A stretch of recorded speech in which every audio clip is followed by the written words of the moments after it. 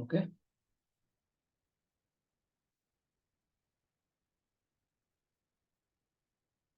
Om Shri Gurubhyo Namaha. Harihi Om. Om Sahana Bhavatu. Sahano Bhunaktu. Sahaviryam Karavavagai. Tejasvinavadhitamastu ma Vidvishavagahi. Om Shanti Shanti Shanti. Om Tat Sat. Okay. So, in our discussions on Nishta, last class we concluded about Vairagya. And I was also telling how Vairagya is an inner asset that is relevant in our times, especially when a lot of people, companies, situations want a piece of your mind. So how your attention cannot be hijacked, how our involvement cannot be hijacked, how we cannot be forced to get involved in anything if we have Vairagya. So we discussed all that. Now, another of the fourfold qualifications, the inner assets are 6, and with Viveka and Vairagya, we finished that. But in the Shamadamadi Shakka Sampati, we say, the 6-fold inner assets. We discussed that, and then we came to the 4-fold qualifications, where Viveka, Vairagya, we discussed. There is one more. A highly intriguing quality that we are supposed to possess as an individual in order to be able to be a good student of Vedanta. In order to be able to benefit from the wisdom teachings, we need certain qualifications, the 4-fold qualifications, and one of that is this, what we are going to discuss today. It's called mumukshutva, desire for liberation. This is one of the things that require not only bridging the gap between theory and practice, in reality, the experiential reality and the explained reality, the reality that is the quality that is explained in the scriptures versus what we experience regarding that in our everyday life as an individual, as a qualification, what we experience, how we experience mumukshutva. So that comes later. But before that, there is even a more intriguing situation where the mumukshutva needs to be understood correctly.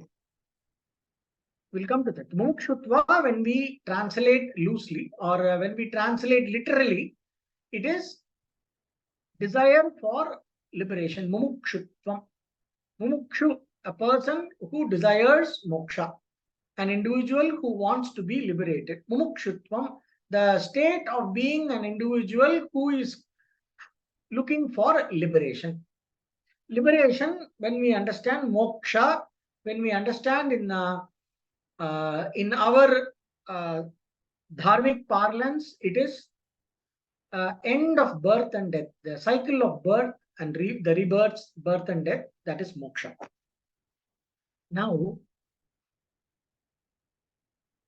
this requires a certain belief, a certain shraddha. So the whole talk is only for a person who has shraddha in the spiritual teachings, in the teachings of the Veda, in the one who has shraddha in Veda, and one who has shraddha in some kind of sampradaya, or one who has shraddha in a spiritual possibility, right? So only for that person, these are relevant. For a common man or an atheist or a person who doesn't think about anything other than what is experienced in the 5 senses, or anything other than what is what can be deduced or understood scientifically. Other than this, if a person does not consider any other possibility for life, any other dimension for life, like pure consciousness, or God, or the cause of everything, eternal reality, and things like this. When these questions does not arise, this definition of liberation as putting an end to the cycle of birth and death, this definition makes no sense. Or if a person belongs to an Abrahamic faith, their concept of liberation will be very different. So for them, there is only one birth. God created everything. Then you are born, you are sent, you are a soul, and you are given a birth. And after death, you either go to eternal heaven or eternal hell. And there is no rebirth. Reincarnation, they don't believe in reincarnation. So of course, nowadays there is a lot of anecdotal evidence and things like this, where there is a lot of talk about reincarnation in the New Age movement, and among a lot of even among a lot of Westerners and those who are investigating this parapsychology phenomena, and among those who are they belong to some Abrahamic faith by birth and by their culture, but they don't really, they somehow, they did one survey and they found that in Europe, in some countries, Europe or USA, they found more than 60 to 70% of the people, they believe in reincarnation. Among the Christians, they believe in reincarnation. So that is a very intriguing study. So it's a reincarnation is a very compelling argument when compared to the single life followed by eternal heaven or eternal hell. Right? So these kind of discussions, when we do, it is only speculation. From the logic level, we can only speculate. You cannot scientifically, conclusively prove there is reincarnation. No matter how many of our evidence are there, there is no proper scientific theory and there is no proper way to measure, and there is no proper way to control the phenomena of reincarnation. There is no proper way to study the astral body. See, all these things are not there. So we cannot, this is not something that can be proven or disproven scientifically, or or something about which we can come to a very ascertained conclusion only through logic and observation. Now, when I say observation, the psychic phenomena do not count here. See, psychic phenomena are very subjective. You cannot, unless there is there is some research, but the mainstream science is not they are not conclusively accepting. It's like an inevitable reality they have to face. It does not come to that level.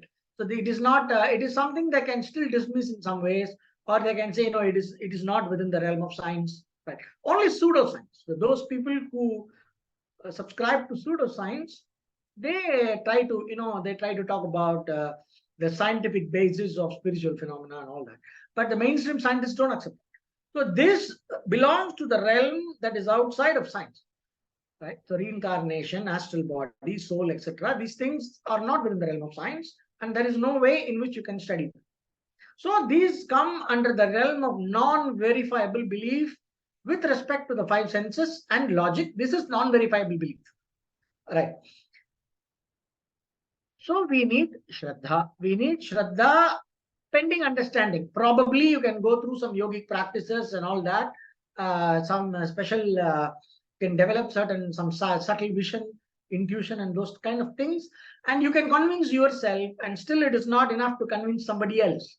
So it is not a pramana, So when we talk about valid knowledge, intuition and psychic phenomena cannot be considered, psychic experience cannot be considered as a valid knowledge, like how logic is, how perception is, or how scientific investigation is, or how the Shastra is. So Shastra is taken as a pramana. In its own right, it is valid in its own sphere. And what Shastra says cannot be disproved by science.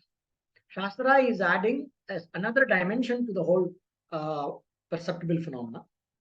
So we have discussed this. We have discussed all this. When we are discussing the concept of Shraddha, we were talking about this. So, Mumukshutvam understood as putting an end to the cycle of birth and death.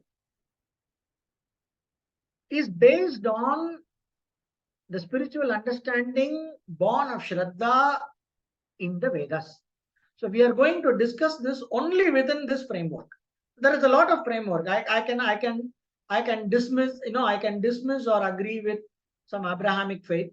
I can dismiss or agree with Buddhism, Jainism. There are n number of spiritual schools and all that. So we cannot keep discussing and arguing, because each argument can go for days. Each argument is a topic for a PhD. So we can't do that here.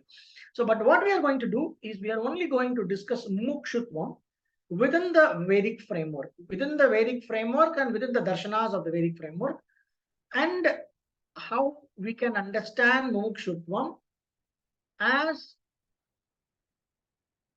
explained in Vedanta. Mumukshutvam based on the knowledge of Vedanta. That is what we are going to discuss. So let us first bridge the gap between our understanding, how we understand the desire for liberation.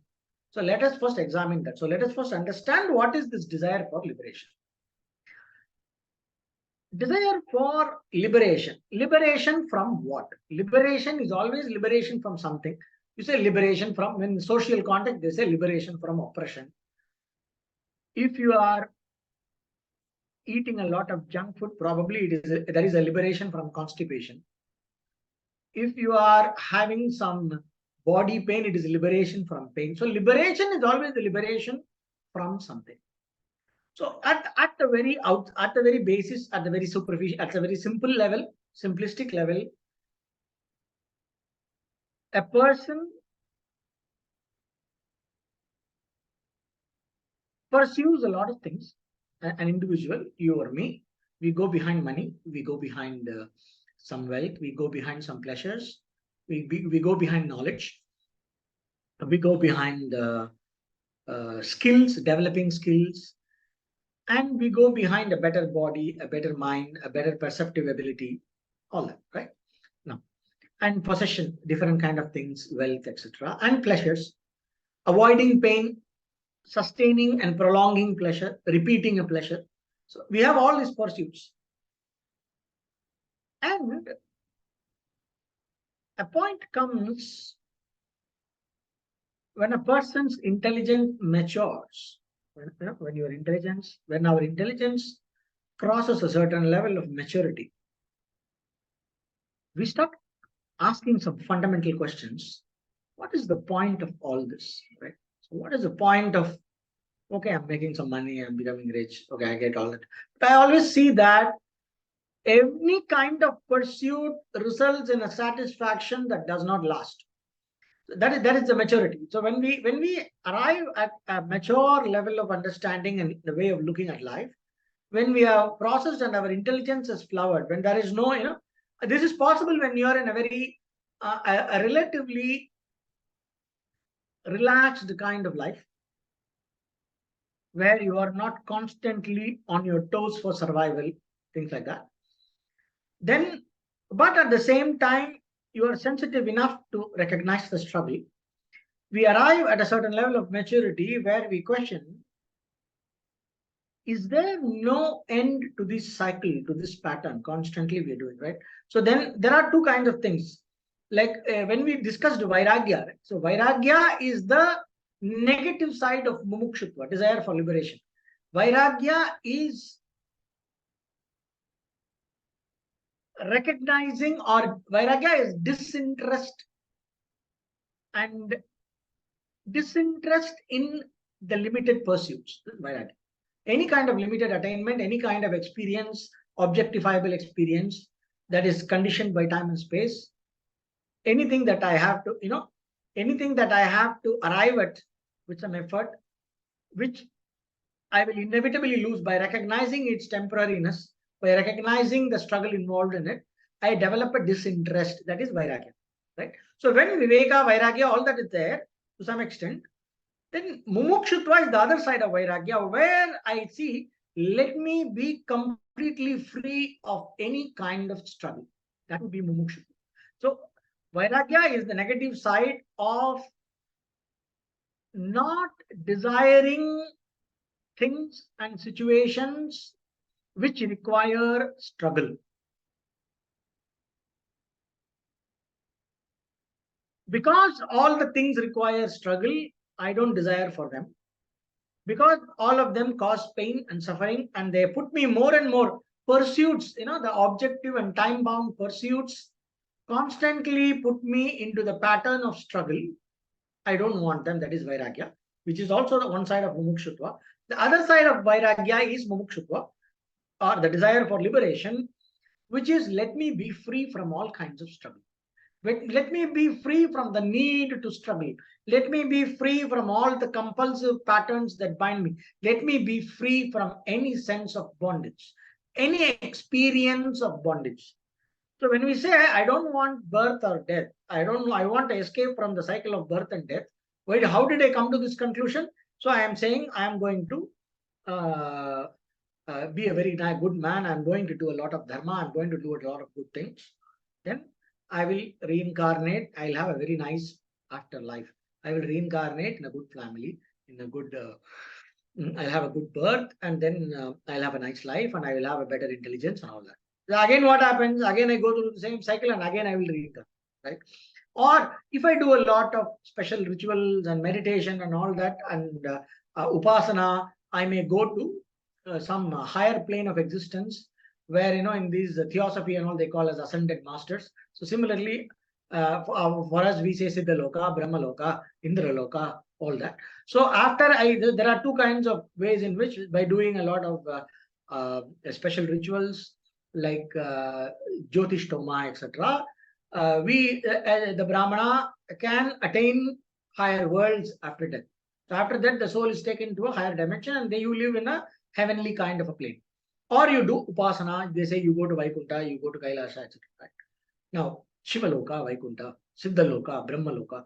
We have a lot of things promised. It's called Anushravika. When we studied Vairagya, we saw that, the things that I see and that I hear about. So hear about is the religious goals that are marketed to me, the different kind of afterlife that is marketed to me. So I'm putting it in our kind of parlance. So basically it is marketing. So there is Swarga marketing, there is Brahmaloka marketing, then we have in experience marketing. So there are two kinds of things. They market some experiences. There's some kind of experiences which are possible in this life. We don't know about them. Somebody claims that they know about it. Somebody claims that it's awesome, it's fantastic and all that. It's like some, let us say, some Mediterranean island vacation. Somebody goes to that vacation and then comes and tells us it's awesome, fantastic. Oh, you must go to that island. It is, you have to do that ride, and you will have to stay in that hotel. You will have to eat that buffet or whatever. They tell a lot of things, or you have to attend that party. So they tell you a lot of nice things about some loka. Here within Bhuloka, they tell you about some party loka, which is basically some kind of an exotic island, some vacation or some cruise. They tell about that. We hear about that. This is Anushravika Vishaya. So, but this something that is promised in this life. If you have enough money and all that, you can go there. Similarly, there are things, experience, which is also an experience. So there are things that are promised after death. If you do this, after death, all these things will happen to you. One golden chariot will come and carry you and take you to this loka. I already discussed that. It's called Anushravika Vishaya. The things that you hear about, the things that are promised if you fulfill certain conditions, either in this life or after our death. And there are other things. There are yogic experiences. They say, if you raise your kundalini, you will go into this samadhi, you will go into this ecstasy, you will see some light, your third eye will open, and you can learn, you can see a lot of things. You can see color of auras, you can listen to people's thoughts. Already we have problem listening to what people talk. Imagine if you have to listen to all their thoughts. So what kind of problem we'll have, right? So we have a lot of promises. You have these Kundalini promises. We have these religious promises. We have these Upasana-based heavenly promises. Every religion has that. Our Sanatana Dharma has enough, and Christianity has some, Islam has some. So all, Buddhism and Jainism. Jainism, I don't know, but Buddhism, in Mahayana Buddhism and Vajrayana, you have some promises, but in Theravada, not much promises. But they say ending of suffering, that is there. So we have this, right? So all kinds of time-bound attainments. I have to do something and then attain. I hear about all that, but then I ask the question: what happens? Okay, I attain that. After that, then it says, after your punya, whatever is the karma you have done, whatever is the thing, is it permanent? I'm asking, whatever you're promising me that I will attain, is it permanent? But then when we read the Shastra, the same Shastra that tells me this, at least the Shastra doesn't cheat you. Shastra doesn't tell you this heaven is eternal. Shastra tells you heaven is temporary, because that is the truth. It tells you that heaven is temporary, and once your prepaid card is done, your prepaid religious merit card, once it is exhausted, you're going to come back. Kshine punya martya lokam vishanti. So once your punya is exhausted, you're going to reincarnate back on earth. Again, start from square one. So this is the whole story. So when we study that, we see that, man, there is no hope. Is there no hope? That question comes. So that is mumukshutva. The person desires, but there is also there. Is there no hope? And then that question comes, and then as I am studying Shastra, the Shastra also says there is a possibility for a complete permanent end of suffering. Tarati shokam atmavit. The one who knows the self crosses the ocean of suffering, that he will not suffer anymore. There is a Yadgatwana Nivartante Taddama Paramam Mama. It's one having attained, one does not come back. That having attained, one does not come back. And then there is this eternal, that the one who understands or sees the self, the one who knows the self attains the highest. And after that, there is no coming back into sorrow. There is no returning back into limitation. So like this, we have so many paroksha vakyas. Paroksha vakyas means it's like it indirectly points to the possibility. So coming to know about this possibility itself is a great deed. So what we hear from the Shastra is that knowing that there is a possibility for liberation, knowing that there is a possibility to put an permanent end to any kind of experience of bondage, to any kind of experience of struggle in any dimension for good, to put an end to that for good, is a very tangible possibility for every individual in this very life. When we hear that, then there is some hope. Once you hear that, when a person of Shraddha, the one who takes the knowledge of the Shastra as valid knowledge, once the person hears that, will the person desire something else? Will the person desire anything that is limited? Will the person desire anything that involves struggle? So that is the question. So mumukshutva comes when we really accept,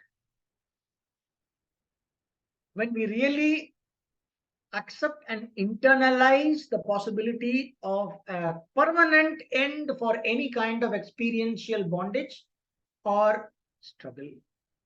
Is a possibility. Once I see that, that starts looking interesting, because I am already tired of all struggle, because I have been living in a very intelligent way, because I have been a keen observer, because I have not been cheating myself, because I have not been a hypocrite, because I have put my entire attention and liveliness into all my pursuits, my intelligence has awakened, and I have discerned that all these time-bound pursuits are pointless. Even there is a psychological research which says, recent psychological research which says that a sustained kind of a dissatisfaction with everything in life is actually a sign of superior intelligence. They did one psychological research and they've come to this conclusion. This meaninglessness, the kind of meaninglessness and a dislike for mundane things and lack of interest, this disinterest in the everyday chores and disinterest in a lot of the popular goals and all that. This kind of a generalized disinterestedness in life is a result of intelligence, a heightened intelligence. The more the person becomes intelligent, the more the person is dissatisfied with life. This is also one correlation, observation. This is actually mumukshutva. Now, this becomes a problem when there is no spiritual knowledge, when there is no exposure to spiritual knowledge with the right attitude. One does not arrive at this intelligence, this awakening of intelligence does not mature into a desire for liberation. So this desire for liberation, even to occur in a person, for us to recognize liberation as a goal, moksha as a goal, to recognize with a certain kind of clarity, that itself is an extremely rare thing.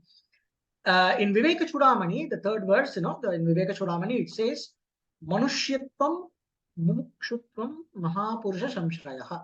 The human birth, the desire for liberation, and a refuge given by a master, by an enlightened master.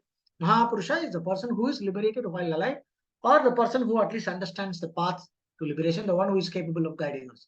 A saintly person, a master, preferably jnani, which we cannot verify. So, person who has walked this path and who has a good level of clarity about the goal and a good level of clarity about the way to the goal, right? So that person, and who really cares and who has the compassion to take the disciple along, to guide and protect and care for a person, to enable and to facilitate this journey for another person. That would be a Mahapurusha Samshraya.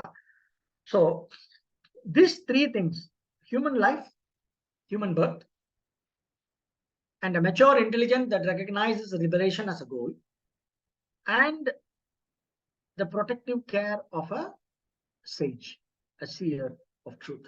These three things, if one gets, this is Devanugraha Hetukam. This comes only by the divine grace.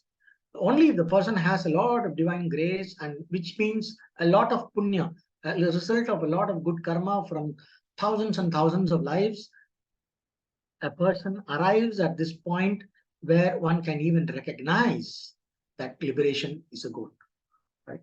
So this says the two aspects here. One is application of intelligence, a maturing of intelligence.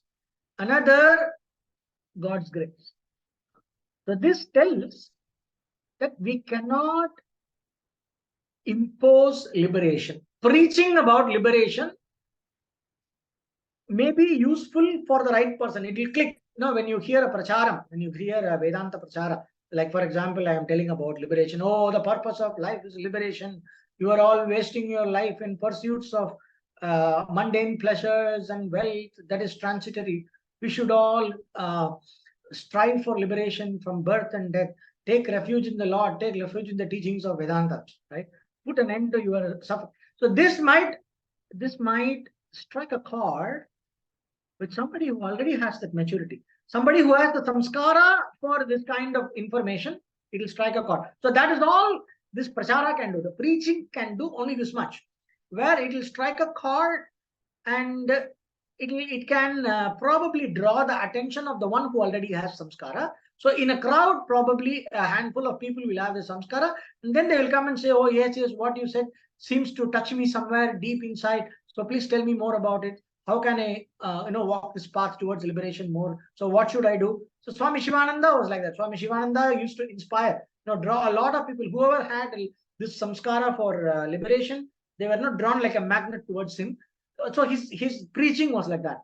So this preaching can do that job, but this preaching cannot make a non-mumukshu a mumukshu. If you are not having the samskara in you, if there is no divine grace and there is no maturity of intelligence, an individual cannot be forced to pursue moksha.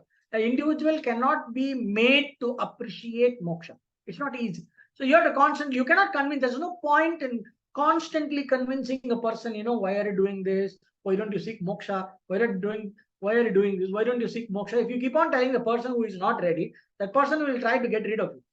So moksha is something, the goal, moksha as a goal cannot be imposed on a person. A person has to awaken to it. Sometimes the samskara is there in the unconscious. So God's grace brings this person who has the mumukshutva samskara in them, the tendency to become a mumukshu, the required samskara. They have already worked on towards moksha. They have already entertained and analyzed and contemplated on this moksha and been with this question and nourished this question and walked the path for some time in the past life. So the desire for liberation is there. The divine grace brings this person in this life, it brings this person in front of a situation where the person hears about moksha and this samskara awakens in a person. So when a person hears about moksha, the samskara awakens. We hear that there was a saint who was, whose marriage was arranged. He was a young boy. His marriage was arranged, and they announced, "Be ready for this most auspicious occasion." They announced, the bride and the groom, the young boy. The moment he heard that, his past samskara awakened. The most auspicious thing. How can this be the most auspicious thing? The most auspicious thing is the Lord. And then he just ran away from there and he became a great saint. He renounced, he became a sannyasi. He took sannyasa and became a great saint. So that is one story. There was another story. Somebody was going on the road. This person was a complete loafer. This guy was a complete loafer. And you can imagine any kind of indiscipline, this person was into that. And one fine morning, somebody goes on the road, just why don't you just be quiet doing nothing? Somebody, sings something like that and some beggar goes on the road telling something. And some talk about moksha and the samskara awakens him. And similarly, we hear about the story of Goraknath and Matsyendranath. So the Goraknath, it seems, or Matsyendranath, he lost his sense and he was completely attached to some prostitute or something. And then he was totally lost in his pleasures and in his life of indulgence. And then his disciple Goraknath, he goes as some kind of a merchant on, some vendor selling some things on the road, or like a beggar or something, or like a bard singing some songs. He goes around in that area singing songs about moksha, singing about kundalini, singing about the yoga samadhi and things like that. And then this Matsyendranath, who was in the house of that his lover or something, suddenly his samskara wakes up and he realizes, and then he comes out. And then he leaves and gets back to his yogic life. So like that, we hear a lot of stories where some random event out of nowhere triggers. Or one comes in front of a sage, one who happens to meet some Swami or somebody, and then there is some Chaturmasya Vratam going on, some discourses going on in the village, in the town, in the outskirts of the town, or in the temple. You just happen to go by that side.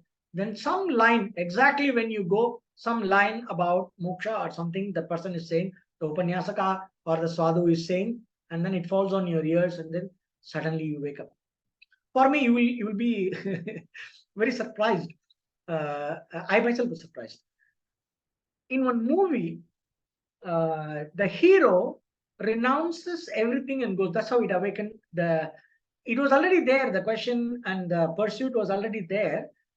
But the awakening, mukshutva, is like a force. It's something wakes up in you and puts you on the track for moksha to the exclusion of everything else. No goal in life makes sense.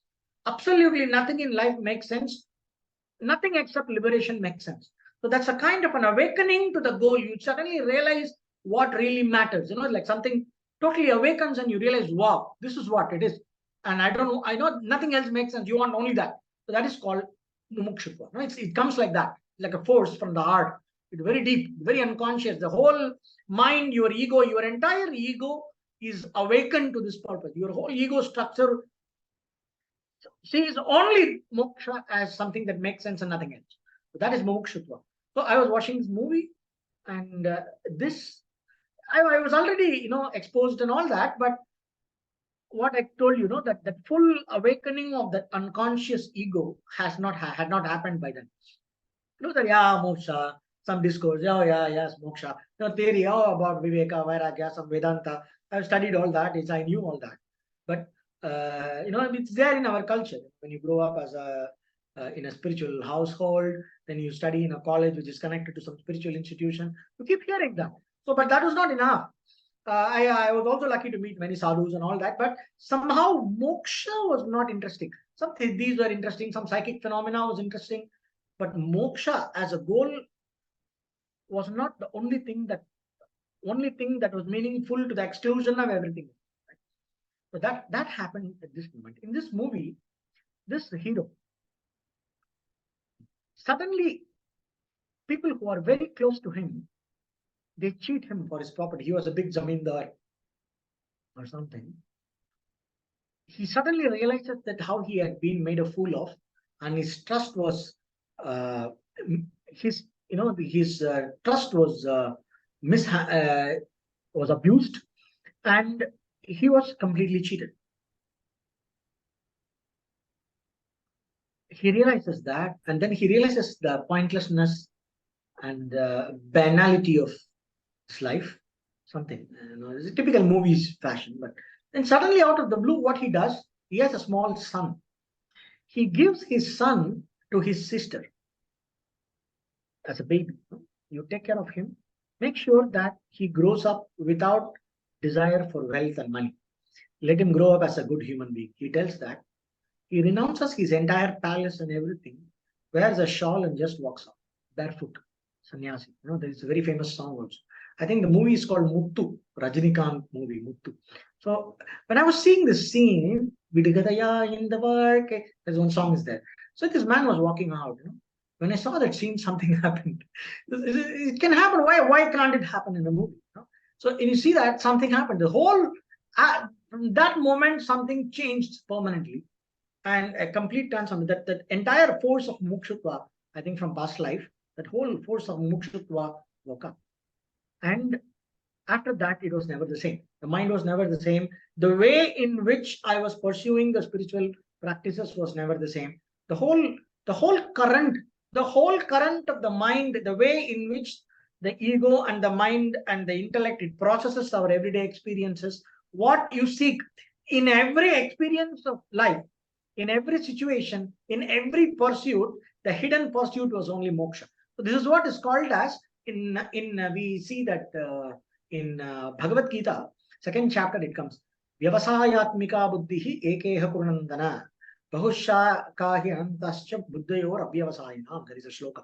This Vyavasayatmika buddhihi. They say in Bhashyam it says Nishayatmika buddhihi.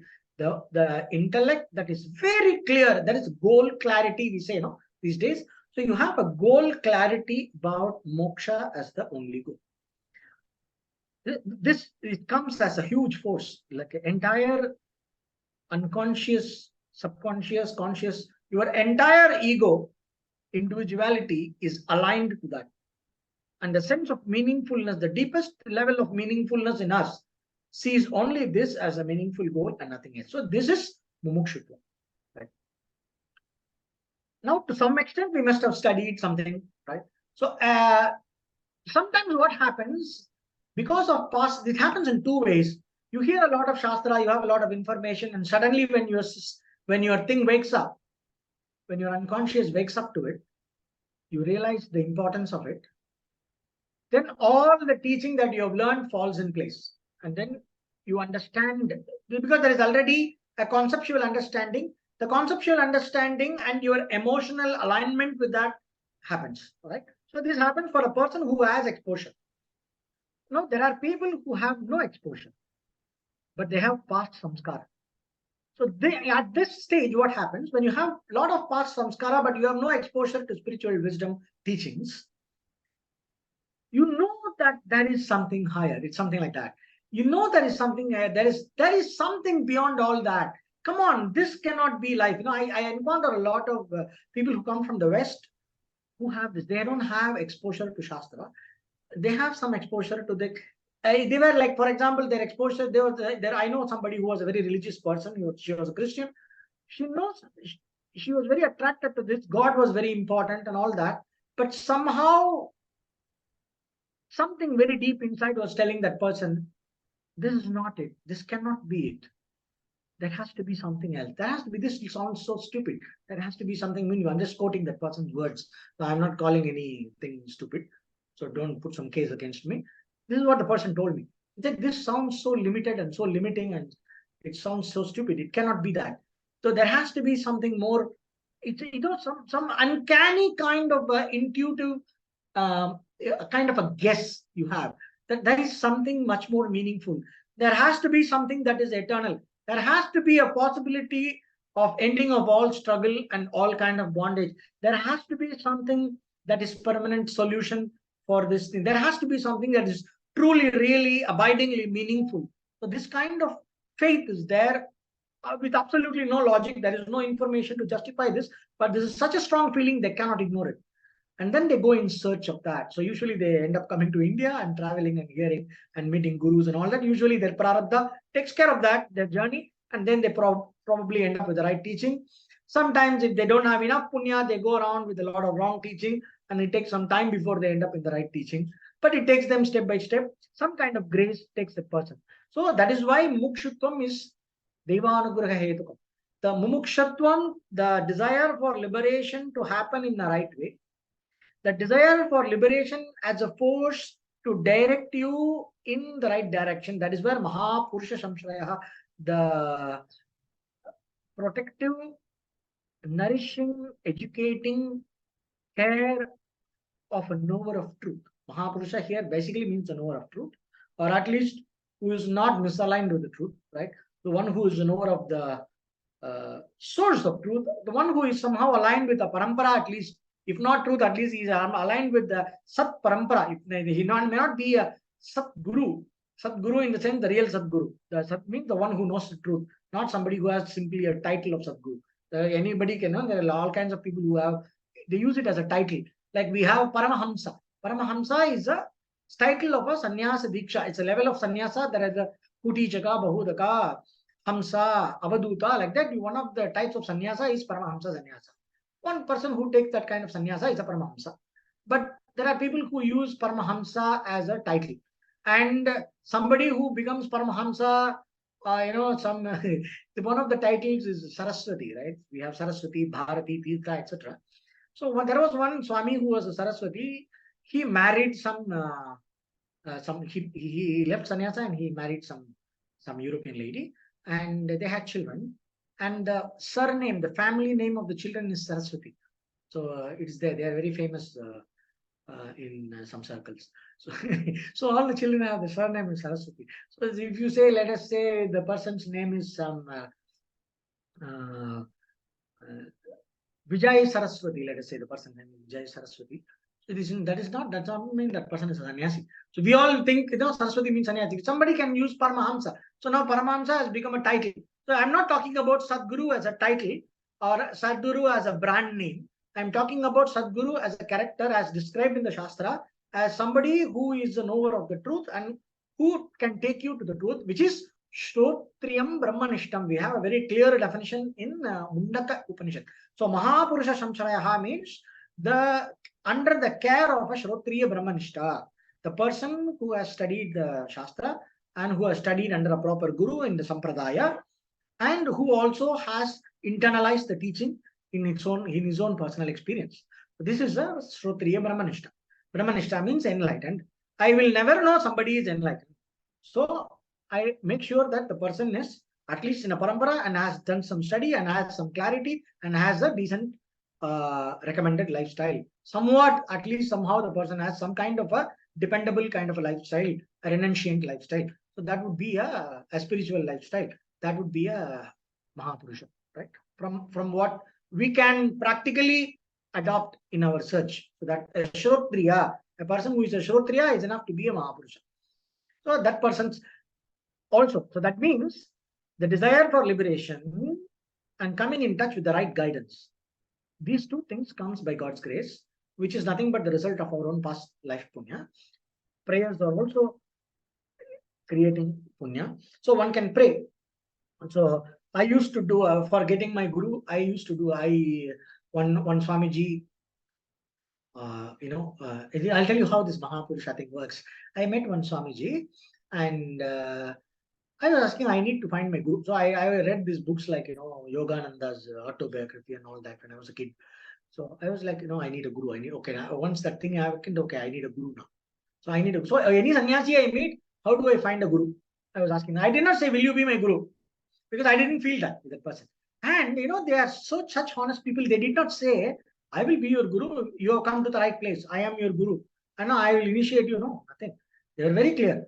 No, I said, I want to find my guru. And that person does not cheat.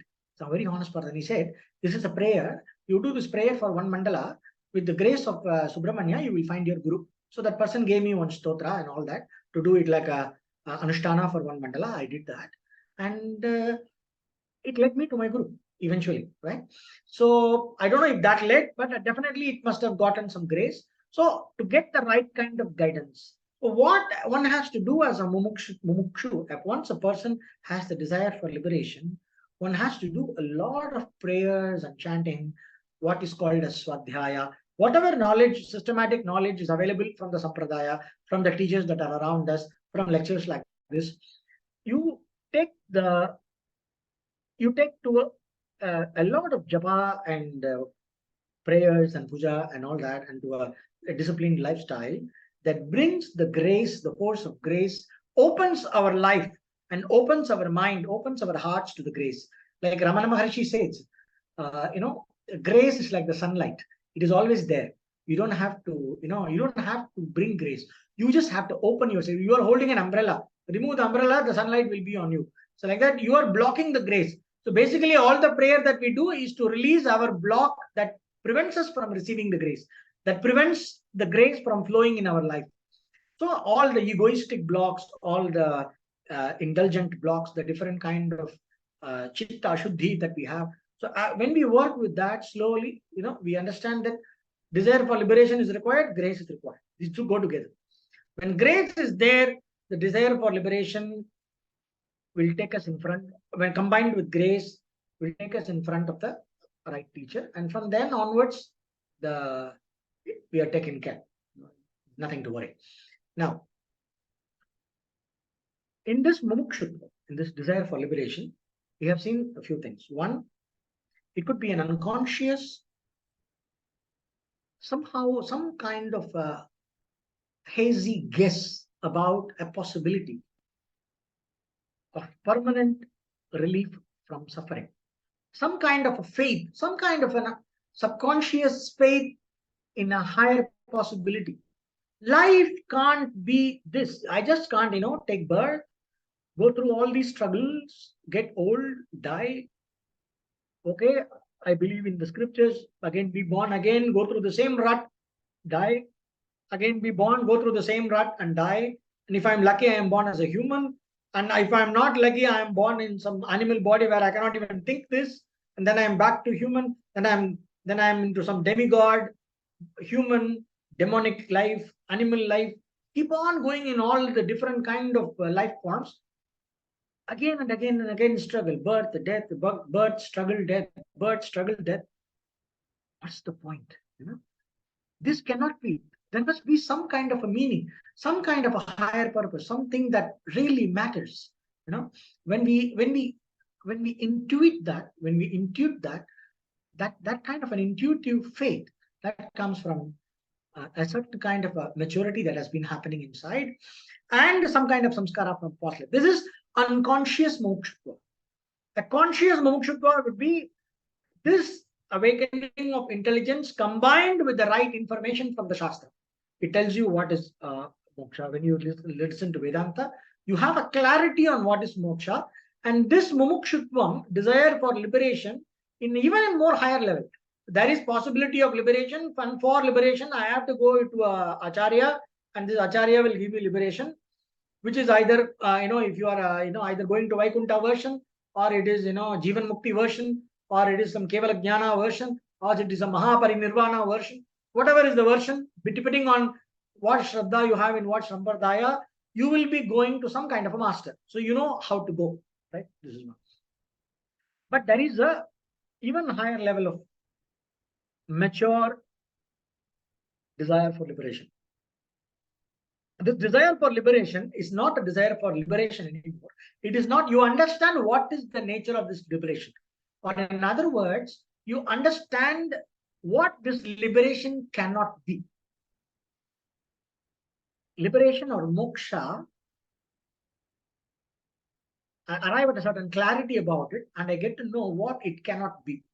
It cannot be something that I reach after an effort. I do something, it's like coming from Chennai to Bangalore. I go, I take my car or my motorbike, and then I ride. After 320 kilometers, I reach Bangalore.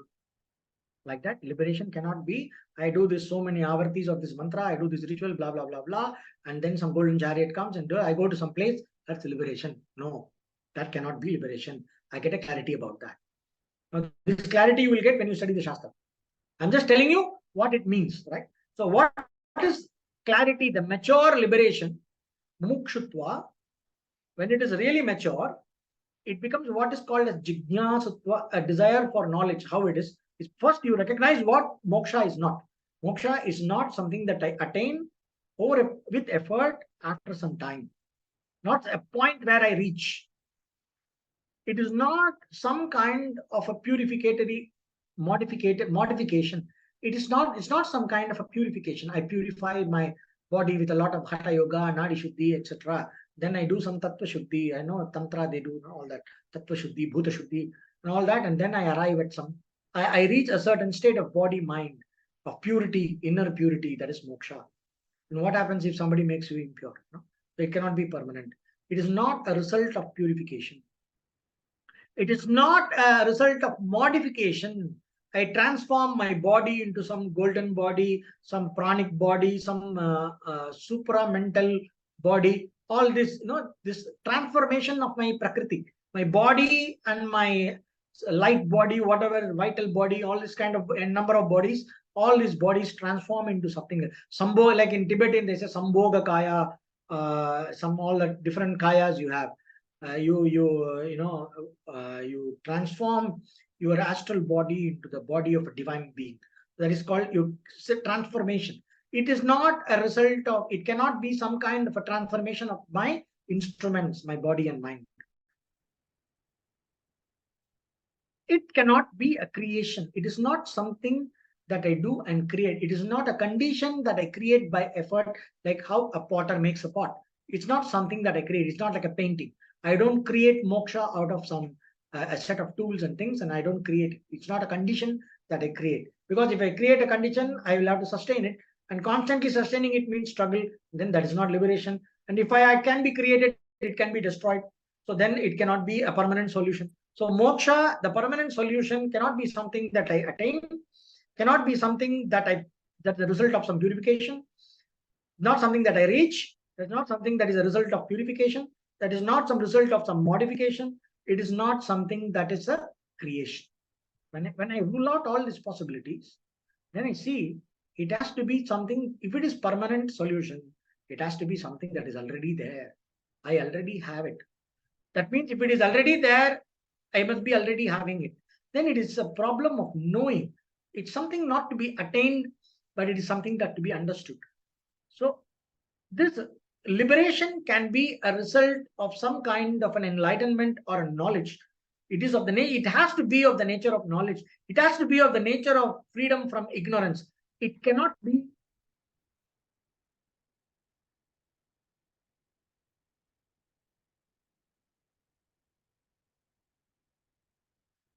Sorry.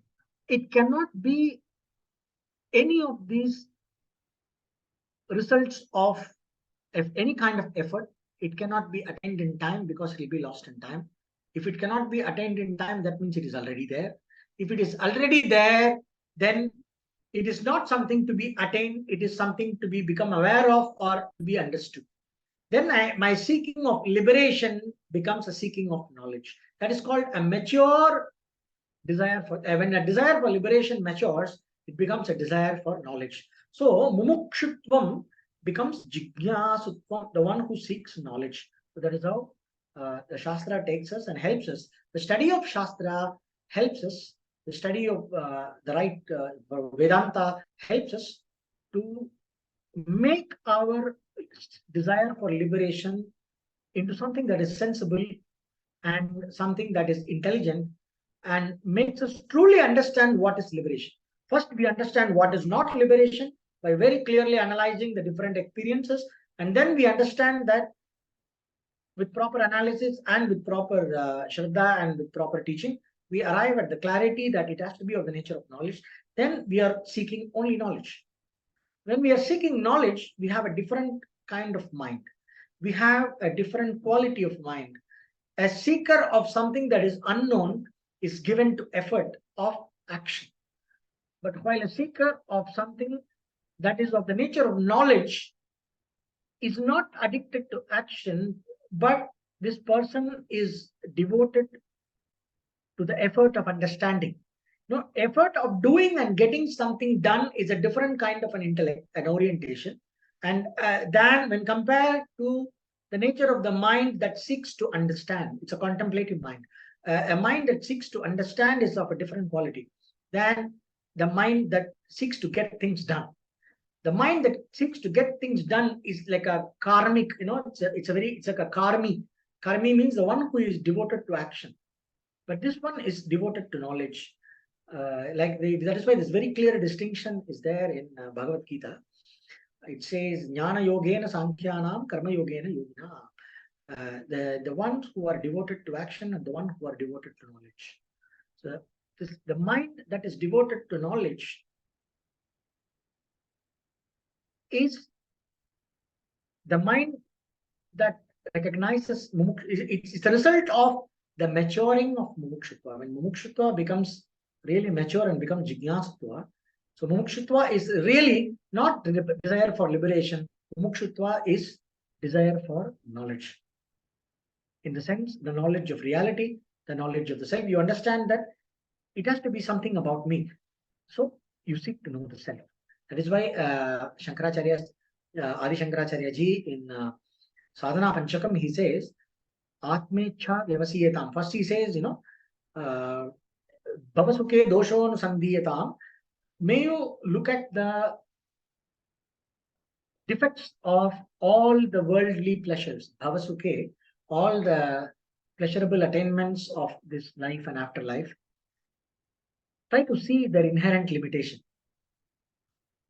That is Vairagya. Then Atmecha Vyavasiyetam. He straight away went to the mature Mukshutva. He said, may you seek to know the self, because self is the eternal, self is that which is beginning without the beginning and end, self is the source of everything, self is the what sustains at the end of everything. But self is the only thing that is the reality. So seek to know that self.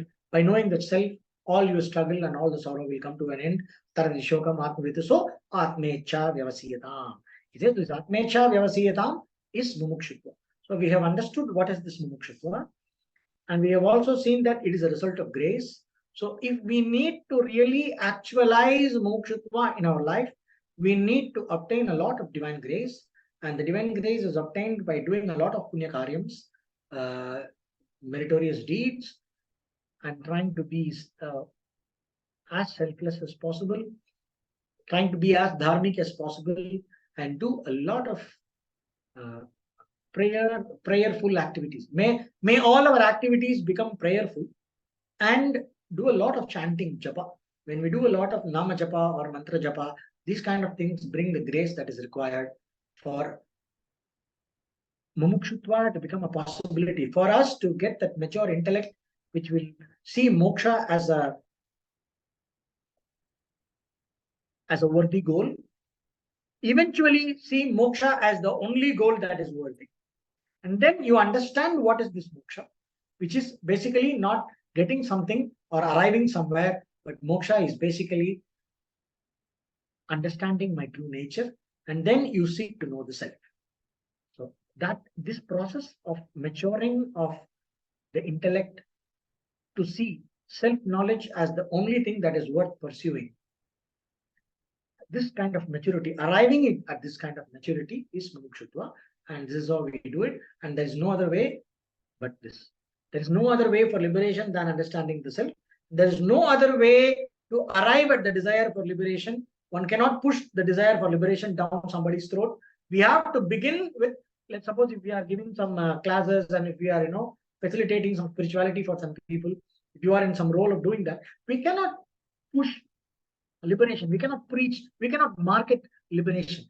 We can market liberation in the sense, make the news of liberation available. Whoever has the samskara will pick it up. But the one who doesn't have samskara, we cannot make them understand liberation as a goal. We have to start from whatever they understand as a goal and try, we know the full track, and then try to see how they can earn enough grace so that on enough maturity so that liberation starts making sense as a goal. And we have to arrive at that, and then from there slowly, step by step, right? So this is how we understand and approach moksha.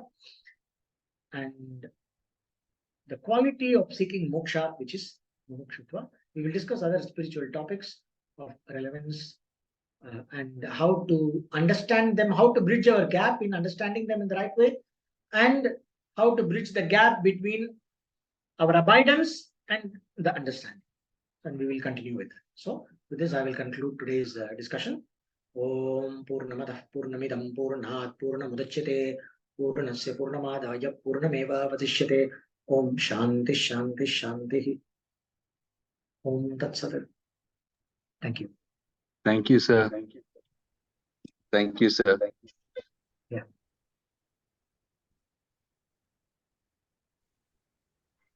Thank you so much. Thank you. Sure. I'm leaving. You can stop recording.